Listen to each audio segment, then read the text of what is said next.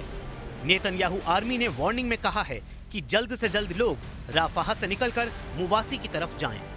मिस्र बॉर्डर के करीब का ये हिस्सा गाजा को बाहरी दुनिया से जोड़ने का इकलौता रूट है। मतलब ये कि इजराइल ने राफाह क्रॉसिंग पर बड़े हमले का प्लान बना रखा है। इजराइल डिफेंस फोर्स का अनुमान है कि हमास ने राफाह की सुरंगों में बचे हुए बंधकों को कैद कर रखा है, जिनकी रिहाई के लिए अब सबसे भयानक हमले की शुरुआत की जाएगी। नेतन्याहू ने इस मिशन के लिए नए कमांडर को कमान सौंप दी है। नेतन्याहू ने पूर्वी नौसेना कमांडर वाइस एडमिरल एली शार्विट को इजराइल की खुफिया एजेंसी शिन बेट का नया चीफ बनाया है। रविवार को ही इजराइल के प्रधानमंत्री कार्यालय ने इस तैनाती की पुष्टि कर दी थी कि एली शार्विट रोनेन बार की जगह लेंगे। इजराइल कैबिनेट ने इस महीने की शुरुआत में रोनेन को बर्खास्त करने के लिए मतदान किया था, जिसके बाद हमास, हिजबुल्लाह और ईरान के खिलाफ बड़े ऑपरेशन अंजाम दे चुके एडमिरल एली को शिन बेट का चीफ चुना गया। शिन बेट के नए चीफ के नाम के ऐलान के बाद हिजबुल्लाह ने इजराइल को धमकी दी है। हिजबुल्लाह के सीनियर लीडर अली अम्मार ने नेतन्याहू से एक बार फिर जबरदस्त जंग का ऐलान कर दिया है।